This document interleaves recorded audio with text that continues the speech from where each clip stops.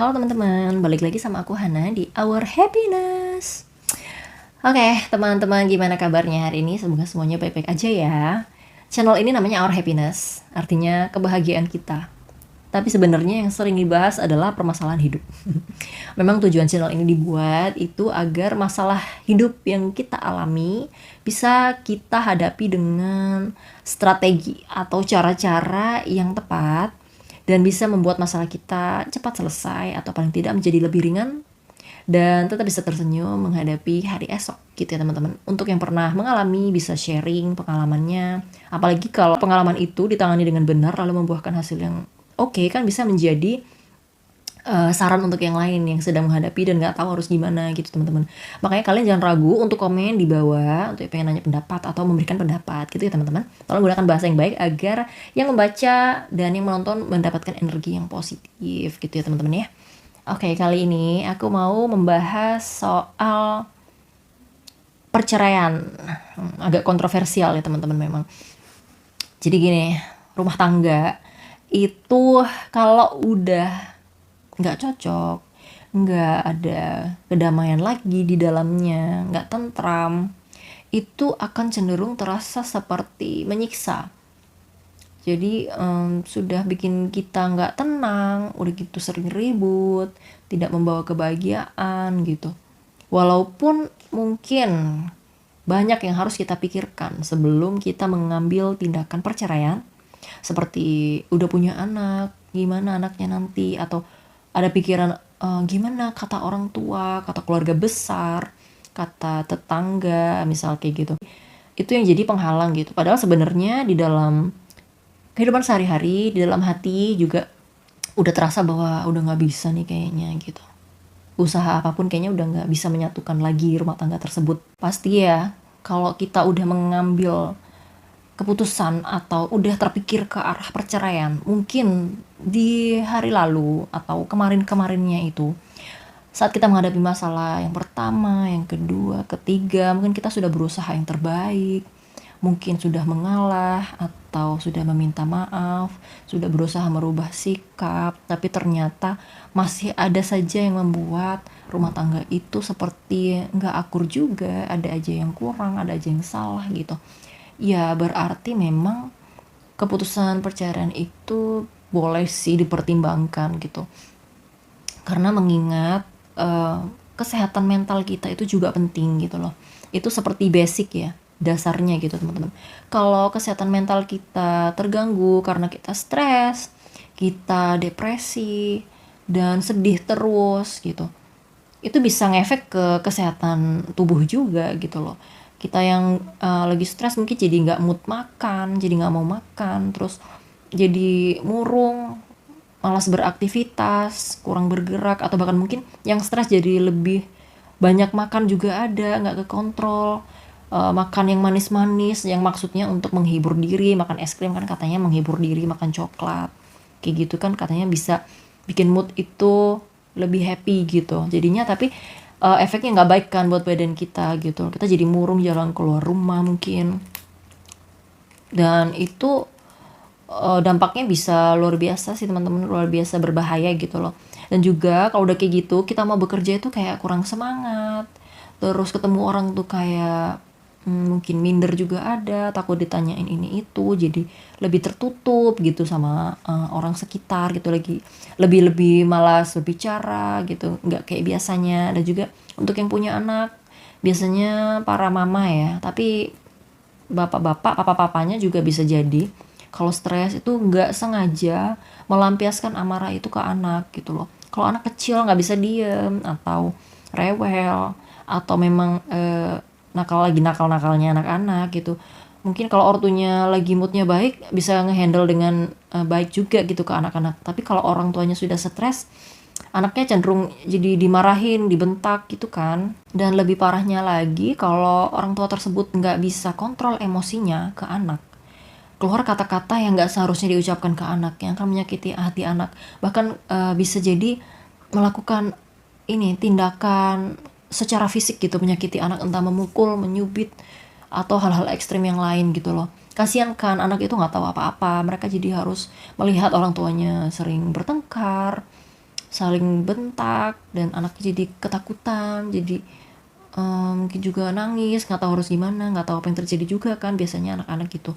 Dan jadi mereka kena marah, jadi kena pukul sama orang tuanya karena memang kesehatan mental orang tuanya sedang terganggu gitu loh, sedang tidak baik-baik saja dengan kondisi rumah tangga itu sebagai penyebabnya gitu. Memang jadi perceraian itu bukan hal yang apa ya, nggak boleh untuk dipertimbangkan. Justru kalau pernikahan tersebut membawa kita ke arah yang lebih negatif, menjadi ke sebuah kemunduran untuk kita gitu, ya berarti memang pernikahan tersebut tidak apa ya, tidak perlu untuk dilanjutkan gitu.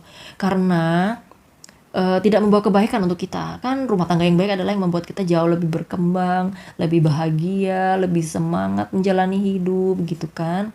Jadi diri kita yang lebih penuh inspirasi untuk masa depan nanti gimana gitu kan.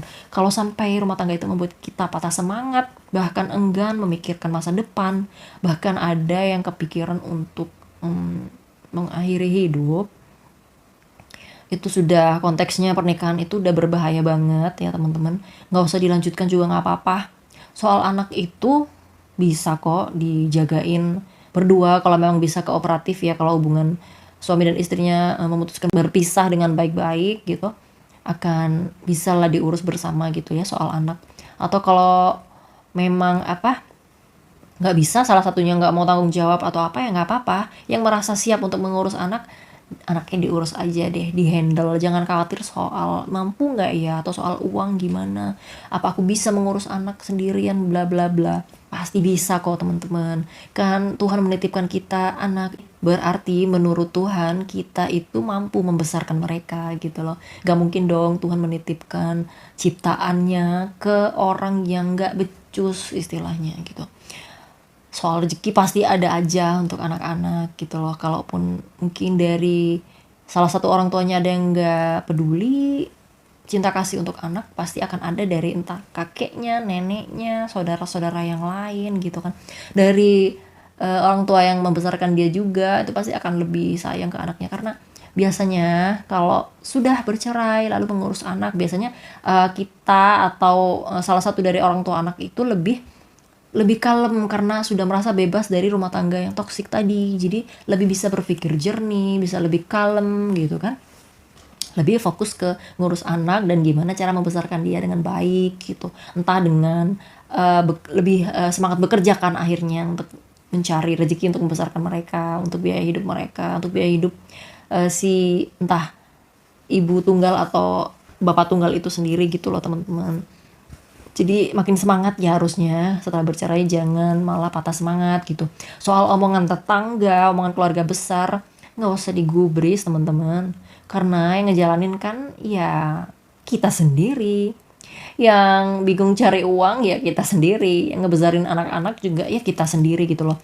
Mereka cuman modal komentar gitu loh. Nggak bantu, nggak ngasih duit juga. Jadi kenapa harus kalian pikirkan? Ya, namanya orang lain.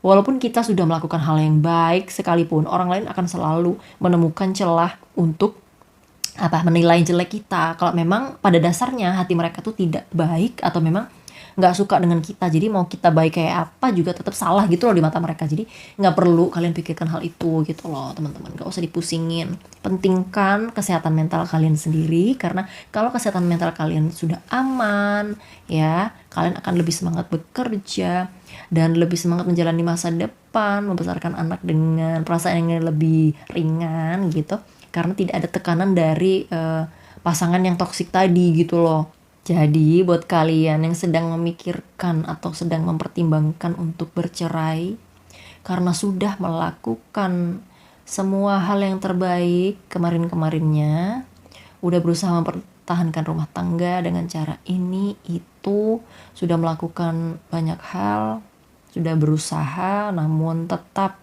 tidak membuahkan hasil, ya berarti memang dia bukan pasangan yang tepat untuk kalian. Jangan khawatir ya, kalau memang dia bukan pasangan yang tepat, mungkin suatu hari Tuhan akan datangkan pasangan yang sebenarnya untuk kalian. Tapi memang jangan terlalu ditungguin sih ya. Lebih baik fokuskan untuk Gimana caranya aku bisa bekerja dan dapat uang nih untuk membesarkan anak? Gimana caranya aku bisa healing setelah semua yang kita lalui gitu ya, yang udah kalian lalui, gimana healingnya biar nggak trauma, biar kalau ingat itu udah nggak sedih lagi, nggak ngerasa kesepian atau apa, ngerasa apa ya, kalau nginget-nginget itu kayak pedih gitu ya. Pasti sih ya, kita butuh waktu ya untuk bisa melupakan hal-hal semacam itu, atau mungkin memang nggak akan pernah bisa kita lupakan itu, tapi paling tidak sudah tidak membebani perasaan lagi gitu suatu saat kalau kita ingat-ingat itu lagi, sudah lebih ikhlas, sudah merelakan gitu, menyadari bahwa memang dia bukan pasangan yang tepat dan rumah tangga itu memang sudah tidak bisa dipertahankan gitu loh.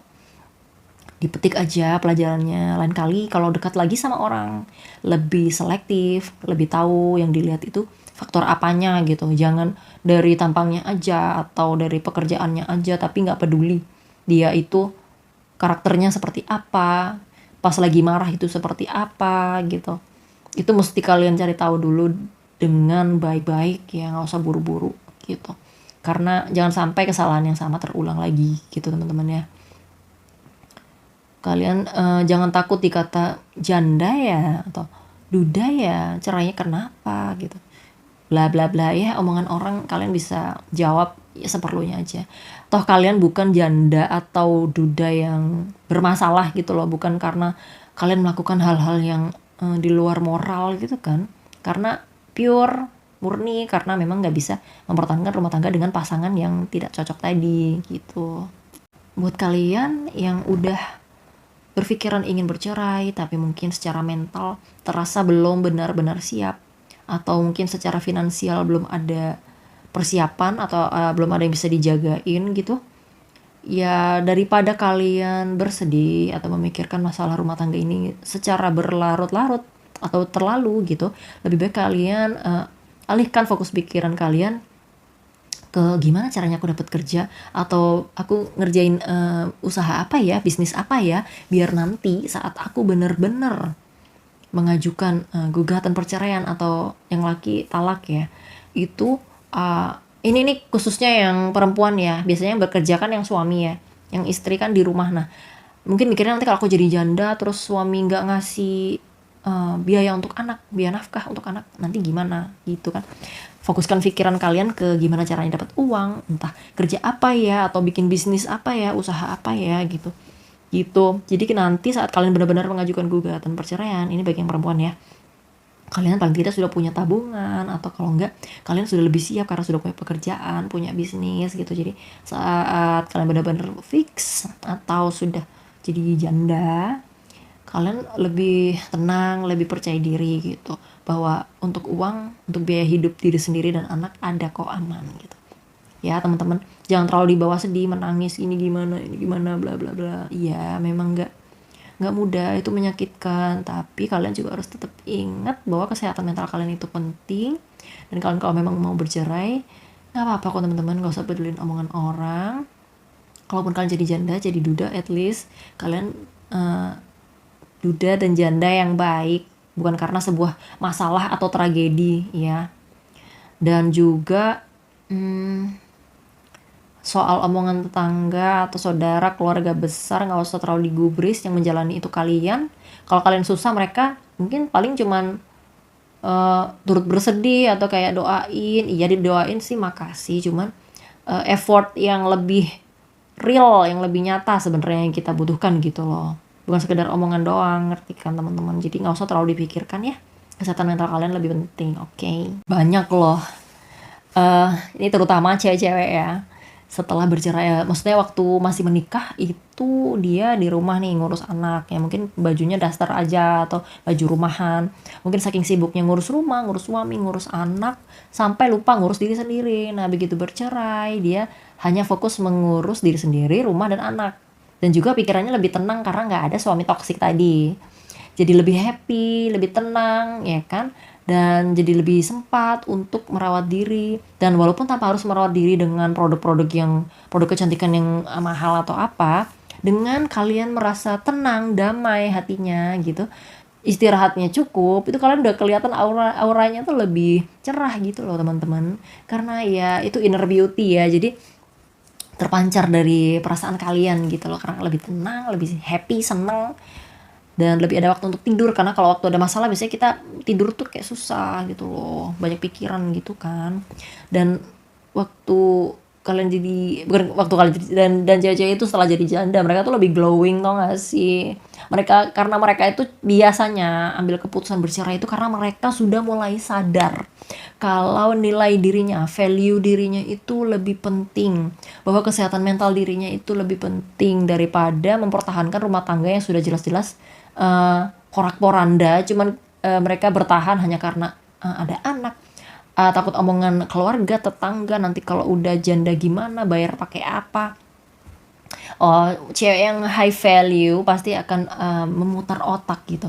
Gimana caranya aku bisa cari uang sendiri untuk aku dan anak aku kalau memang aku beneran jadi ambil keputusan untuk bercerai dari suami gitu. Gitu.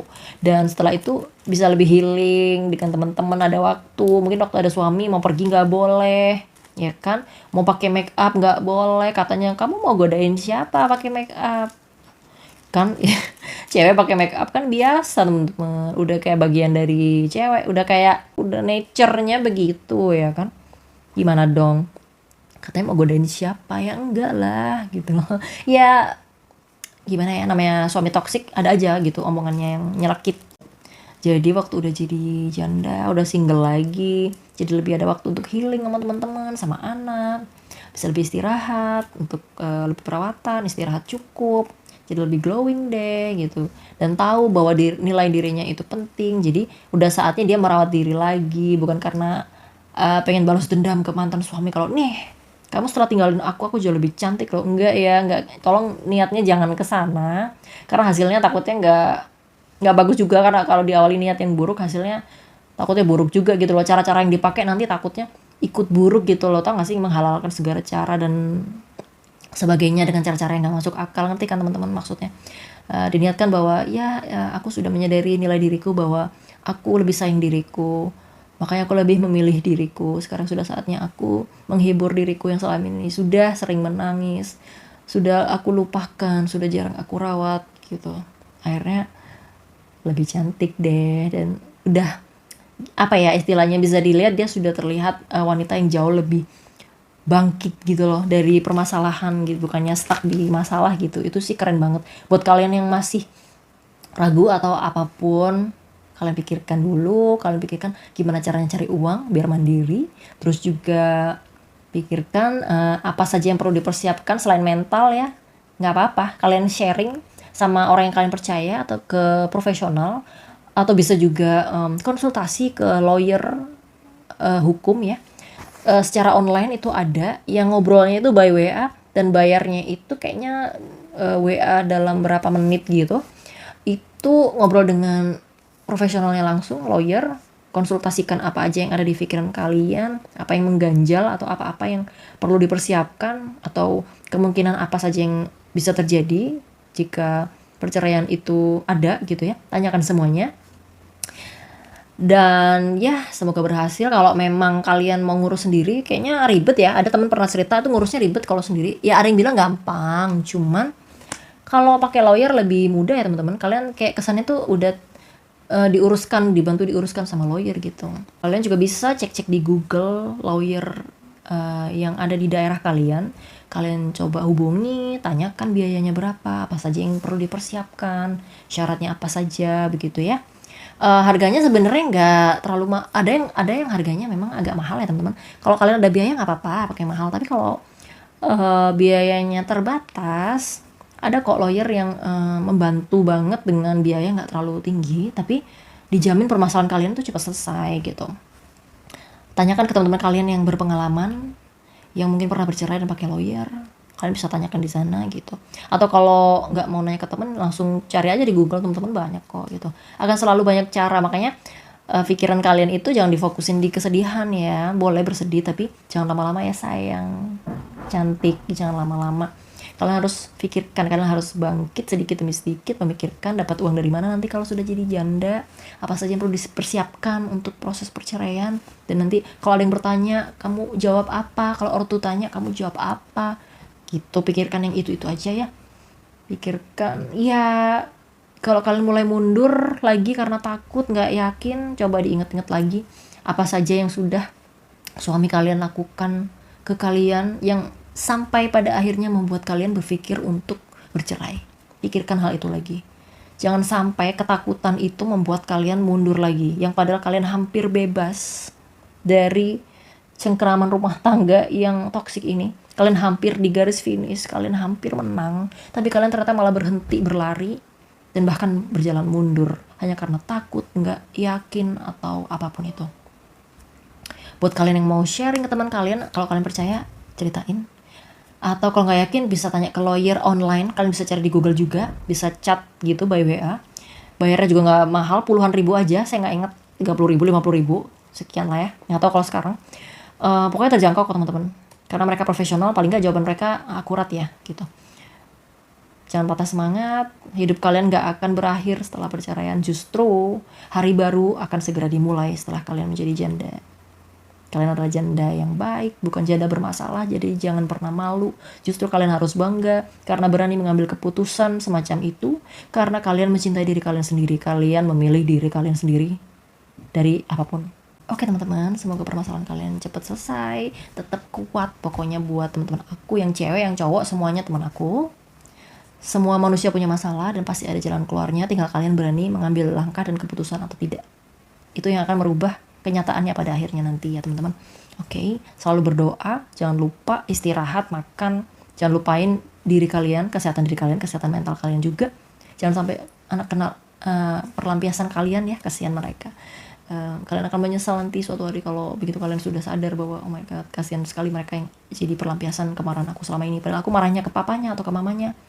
Anaknya yang dimarahin gitu ya teman-teman. Oke. Buat kalian yang berkenan untuk like, subscribe, dan komen, please ya teman-teman. Terima kasih semuanya untuk channel ini, dan terima kasih udah mampir di channel aku. Sampai jumpa lagi di video berikutnya. Bye.